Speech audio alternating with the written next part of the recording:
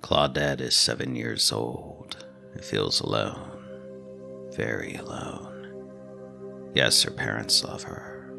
Yes, they want the world for her. But the world doesn't want her. Or at least that's what Claudette believes. She just wants to fit in. Fit in school, fit in with her cousins, fit in with her teammates on the soccer pitch. But fitting in isn't as simple as being like others. She's different, and she knows it. She feels slow, unresponsive, not quick enough to understand her teacher or keep up with her class.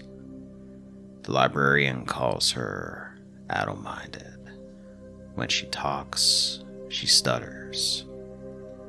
Sometimes she loses her breath and has trouble recognizing when she's talking too loudly. But most of all, her teacher embarrasses her, says she's in the clouds. Always in the clouds. Get out of the clouds, Claudette. But she can't help it. She's exploring massive gardens and colorful bugs on strange new worlds. Claudette feels things more than others, much more. Like the shame of not being invited to any birthday parties. Not one party.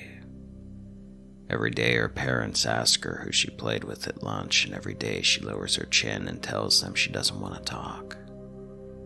Her parents ask her teacher, and her teacher tells them she likes to play alone. Not so much play, more like collect and observe things.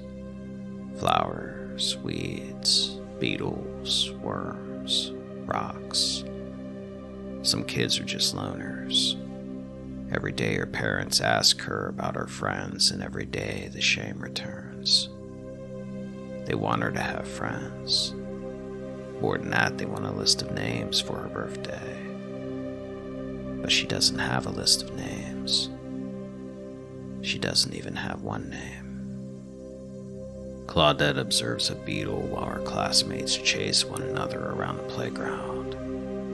She wants to play, but no one wants to be around her. She doesn't want to think about it.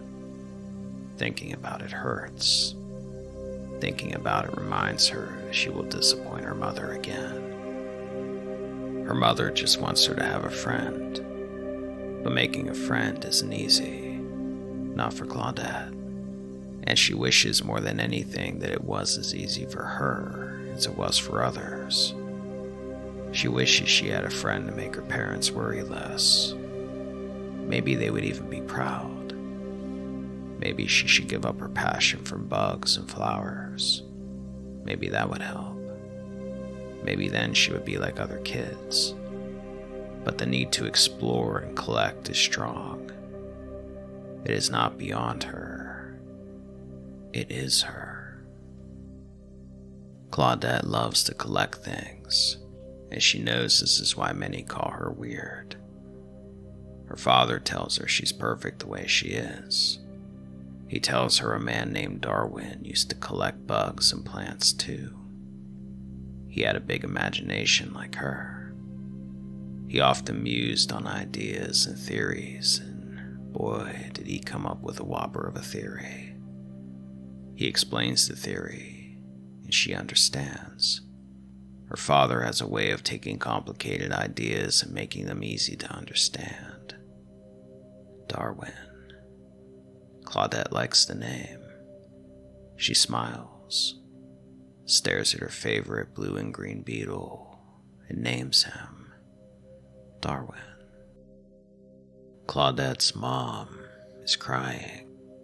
She's upset because Claudette is having trouble in school. Her grades are lower than they've ever been.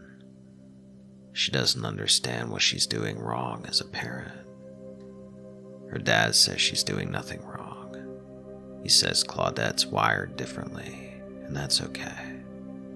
Her mom doesn't want her to collect plants and bugs anymore. Her dad says that's the best part of her, and he doesn't need a child who fits some bell curve. More than this, he defends her. He tells her mother that the greatest treasures gifted to the world were from those who didn't conform, who weren't normal, who didn't fit some outdated bell curve. Tolstoy, Tesla, Einstein, Shakespeare. Her mother doesn't care. A sudden cry escapes her lips. I don't want her to repeat the year. Claudette hides under the covers, pretending to be asleep, pretending she can't hear the yelling. Her mother wants her to get special help, but her father doesn't want to alienate her. He's right. Claudette doesn't want other kids to know she needs special help. They'll laugh at her. She'll figure things out. She promises she will. Her new substitute teacher, Mrs. Cahill, is helping her. A lot more than the other teacher who always said she was in the clouds. Her father says stress is the worst thing for a child's developing brain. Leave her be.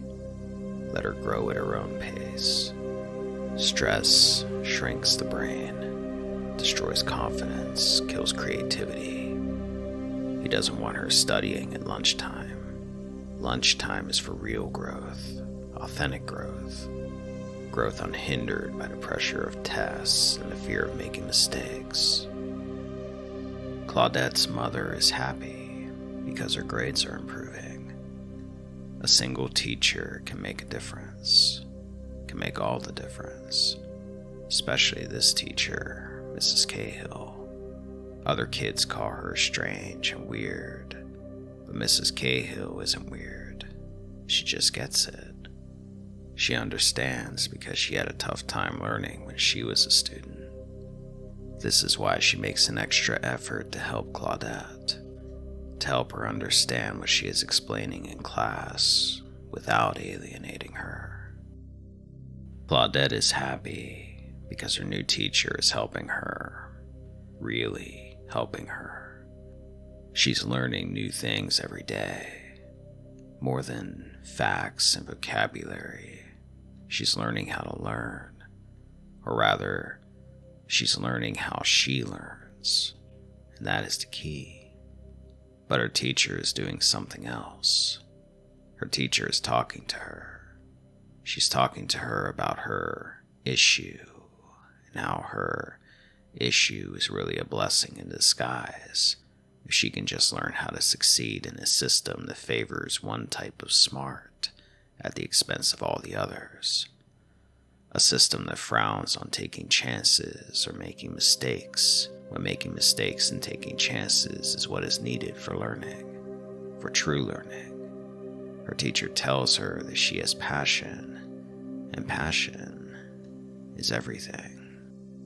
Claudette knows she's not like the other kids, and she doesn't have to be. Things like bell curves and ideal student don't apply to her, and that's okay. The ideal mold is a prison for those wired differently, and her teacher has set her free. Her grades are getting better, and a test is coming. She writes, visualizes, and imagines everything she needs to remember, and somehow this works. The right teacher at the right time can make all the difference. Her parents are proud, very proud, but still her mother wishes she had friends. Still her mother wishes she liked what other girls liked. Her parents argue in another room about what to get her for her birthday. Her mother wants to buy her a new doll. Her father thinks she'd like something more related to bugs, plants, and bacteria. The suggestion upsets her mother. Her father defends her. See her for who she is, and not who you want her to be. Her mother goes silent. She suddenly releases a cry and says she doesn't want her to be bullied like she was bullied throughout school. Claudette's eyes go wide. For the first time in her life, she realizes her mother's wired differently too. Claudette will be 8 years old tomorrow. She should be eager. She should be excited. She should be counting the hours, minutes, seconds. Instead, she is none of these. She dreads the moment she will have to open her gift. Every year is the same. Dolls, crafts, jewelry. Nothing that means anything to her. Maybe this year she'll smile and pretend she didn't want a magnifying glass or a collection of stones or a set of books on botany. Maybe, to make things easier, she'll pretend. Maybe that will make her mother less scared for her. Seeing her happy about her grades felt good, real good. From the day that her parents gave Claudette her first science kit, she loved experiments. Her single-minded pursuit led to an early scholarship at a great college. It was a huge decision to leave Montreal, but the chance was too good to pass up. Her introverted nature means that chat rooms and forums are now her best source of social interaction.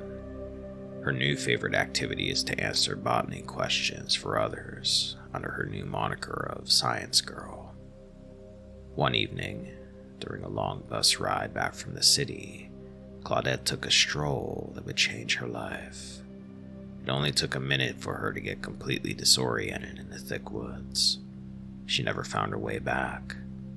Her forum only started to wonder where she was a week after she stopped posting. Claudette is not the outgoing type. Her brilliance provided her with a social handicap. She has fled the real world for chat rooms and forums. Botany and studies fill her life, and even though she yearns for something else, it won't come via a modem. Being thrown into a real-life situation can feel awkward and forced. But as she is used to shutting out the world, she suddenly finds hope in this inexplicable darkness that is slowly devouring her. A plant, a tree, a bush, simple greenery that might save a life. She hides within and amongst them. Her knowledge and skills flourish as gruesomeness roams free around her.